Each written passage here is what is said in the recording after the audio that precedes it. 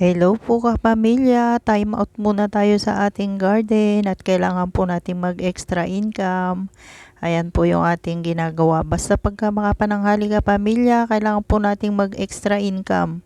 At sipagan po natin para syempre, alam nyo naman pagka ganitong panahon ng pasukan kailangan nating gumawa ng extra income para may pangdagdag po tayo sa ating budget. Lalo na po ang mga estudyante natin ngayon kailangan po nila ng mga pamasahe, mga ekstrang bilihin ng mga gamit po nila. Kaya ayan, kailangan nating gumawa ng extra income at napaka-importante po talaga na gumagawa po tayo ng extra income natin ngayon at lalo na po napakahirap po ng pera kitain ngayon. Lalo na po ala naman tayong trabaho at andito lang naman tayo sa bahay. Syempre pag nandito tayo sa bahay, kailangan kumilos-kilos din tayo para magkaroon tayo ng ating extra income. At hindi lang po yung sari-sari store ang kailangan nating pagkunan ng ating mga bayarin at lalo na po bread and butter po natin yung ating sari-sari store. Kaya kailangan gumawa po tayo ng extra income para po sa ating extra expenses at lalo na po sa buwanang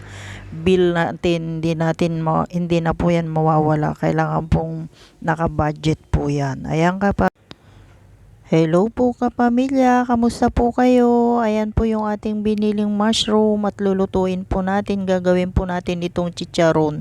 At alam nyo po ba kapamilya na napakasarap po itong mushroom na ito at gagawin nating chicharon. At yan naman napakadali lang pong gawin. At healthy pa po yan mga kapamilya. Titimplahan lang po natin ito ng magic sarap, paminta, saka syempre maglalagay tayo ng ating harina o depende na po sa inyo kung may cornstarch pwede rin po, pero ang ilalagay natin at yun ang meron tayo, yung harina hahaluan natin.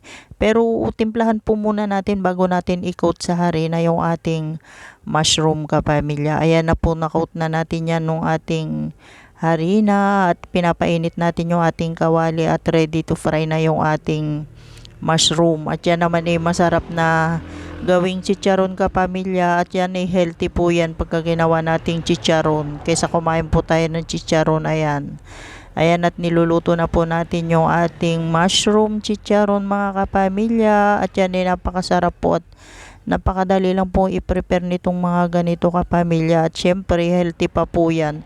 Pwede nyong pang snack yan, pwede nyo na rin pong pang ulam, kaya kung anong gusto nyo pwede. At may sausawan na suka, ayan, masarap po yan at pwede rin pagkakita. Good morning kapamilya, kamusta po kayo? Ayan po, nagready po tayo ng ating ireripak na popcorn. At alam nyo po ba mga kapamilya, yan po yung extra income natin. Ayan, at gagawin po natin, marami-rami po itong ating ginawa at yan naman for delivery po ngayong umaga yan kapamilya. At yan po, naglagay po tayo ng cheese powder dito sa ating popcorn para yung flavor niya masarap. Ayan po yung ating ginawang popcorn at yan nire-repack na po natin. Ayan po yung na-repack natin kapamilya. At ito po ay i-deliver po natin to kasi order po ito ng ating tumer. Ayan po yung ating popcorn, extra income po natin yan. Kaya ayan yung ginagawa natin, kahit gabi pa kailangan i-prepare itong ating paninda. Ayan po kapamilya yung ginagawa natin. At pagka nagtitinda tayo ng mga ganyan, binibigyan po natin sila ng free para yung mga suki natin mawili po sila. Kaya ayan, lalo na pagka maramihan po yung ino-order nila, nagbibigay po tayo ng free para kahit papano naman syempre matutuwa sila. Kung tayo nga pag nag-grocery natutuwa tayo sa may free, kaya sila naman bigyan din natin para lagi na silang o-order sa atin. Yan po yung ginagawa natin pag may order sa ating popcorn. Kaya ayan ang discarding ginagawa natin. Kaya mga kasari, kasuki, kahit wala po kayong sari-sari store, pwede nyo pong gawin ito mga kapamilya. Kasi ito naman napakadaling gawin, napakadaling ibenta. Kahit nga sa harap lang ng bahay mo, basta maraming mga tao, maraming bibili niyan at mabenta po yung mga ganyang paninda.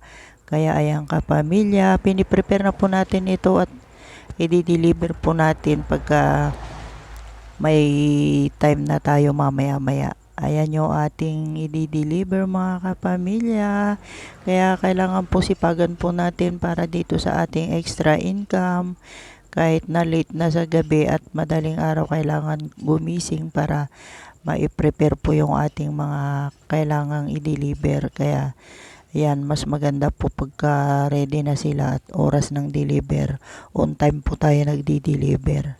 Ayan po kapamilya yung ating extra income at maganda din po itong extra income kapamilya. Hindi lang extra income, at least kung gagawin mo talagang negosyo, mas maganda po at ito kasi napakabilis lang pong ibenta.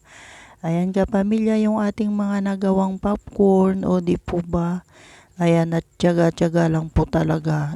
Sisipagan natin ang ating paghahanap buhay, syempre makakaraos din tayo sa araw-araw na gastusin at lalo na sa mga araw-araw na kailangan nating bayaran. Kaya ayan kapamilya, kailangan dagdagan pa talaga ang ating sipag at lakas para yung ating mga ginagawa magawa natin ng maayos. At syempre blessings na rin pagka malakas pa rin tayo at nagagawa natin yung ating mga obligasyon at gawain. Kaya salamat. Thank you very much po mga kapamilya. Ayan na po yung ating nagawa at ni-ready